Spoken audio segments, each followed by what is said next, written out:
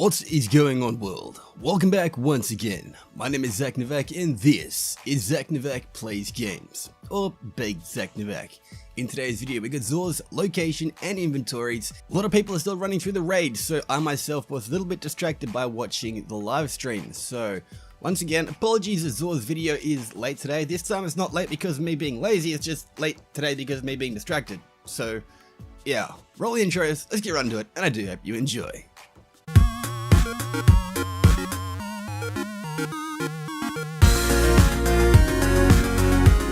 Alrighty, so getting straight into the video, we got XURS location and inventory. He is on EDZ at the Winding Cove. We've got an event going on here, but let's see what is the Tangle Bastard got this week. Fingers crossed, it is something good. My will is not my own, is yours. Alrighty, so this week it isn't too horrible. Now starting things off, we've got the Worm God XURS for the Titan, 23 legendary shards for this exotic from, well, last DLC. In itself it is pretty freaking cool, with the main perk being Burning Fists. Melee kills increase melee damage for a period of time, and additional kills extend duration and increase effects. This thing in itself, I will honestly state, is probably really good in almost all situations where you're going up against other Guardians. I have used this from time to time in PvP, and I will say it isn't actually really too bad. It's honestly pretty good and fairly decent, especially, you know, with melees, because it's for melees. But what's really cool is its actual secondary perks, which has got Fusion Rifle Loader, it's got Hand Cannon Loader, and it's also got Impact Induction, which being the armor perks from, well, this new DLC. So yeah, it is pretty freaking cool. It's also got Shotgun Scavenger, and it's also got Heavy Ammo Finder, which in itself is always good on pretty much any form of exotic for your gauntlets, chests, or really anything that allows you to have more heavy, just because it's more heavy. So yeah, pick it up if you have not got it. Once again, 23 legendary shards. But moving on, next up we've got the Graviton Forfeit, 23 legendary shards for this exotic for the hunter or huntress from D1 that is amazingly cool in D2. That was still my probably most loved because it just looked aesthetically pleasing in D1. Main perk on it being though, Vanishing Shadow. Increase the duration of any invisibility effects, and your melee recharges faster while you are invisible. So yeah, dealing more melee damage is always good, and being able to go invisible is probably as good as being able to deal as much melee damage as you possibly can, especially while being invisible. Dealing that melee damage is always awesome. So its secondary perks being Bow Targeting, Hand Cannon Targeting, and Hands On, which, ooh, that's always good, as well as Shotgun Reserves and Heavy Ammo Loader, and Heavy Ammo Finder, because who doesn't love heavy ammo? So yeah, next up though, once again, 23 legendary shards, but moving on. Next up, we've got the Eye of Another World. The Eye of Agamotto. No, it's not the Eye of Agamotto, it's the Eye of Another World. 23 legendary shards for this exotic for the Warlocks. Main perk being Cerebral Uplink.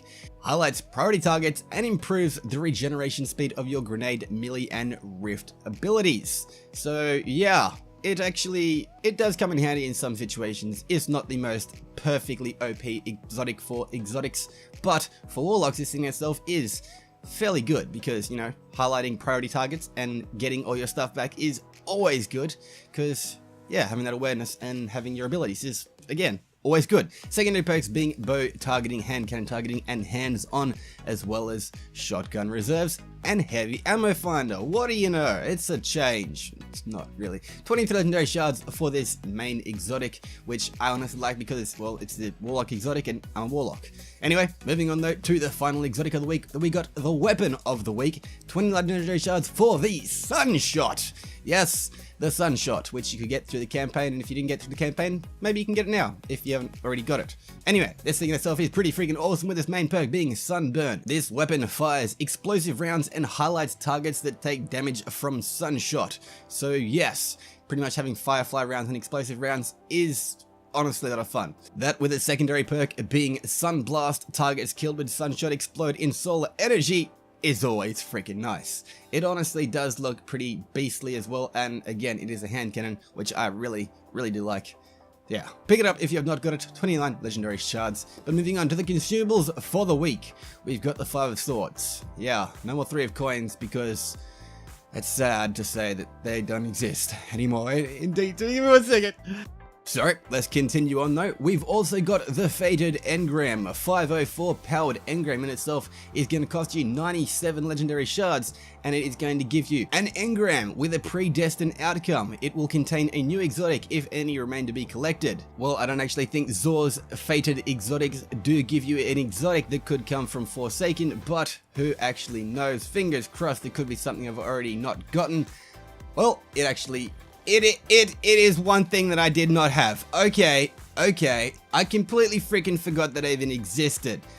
Well, we got ourselves the Borealis, finally, for my Warlock on Xbox. Yeah, that is pretty freaking cool. I kind of forgot this thing even existed at all. And I do feel bad that I did feel that way and kind of forgot about it. Its main perk being the fundamentals. Holding X changes this weapon's damage type, cycling between Solar, Arc, and Void. And the secondary added perk being Ionic Return. Breaking an enemy shield transfers 1 bullet from reserves. Breaking a combatant shield or shield of a guardian using a super with this shield's energy type grants double damage for the rest of the magazine. So yeah, this thing in itself, it could be really amazing. Even though I know it's not amazing, it's still cool, and it is actually really amazing. I've finally now actually gotten it, which is just, yeah, that's cool. I'm really hyped. Borealis on Xbox. So, this has been XUR's Location, this has been ZacNovak. Hopefully you guys have enjoyed this video. If you have, click that like button down below. Let me know in the comment section, did you guys pick up anything from XUR? Did you get anything cool from your Fated Engram? Did you guys happen to get Borealis?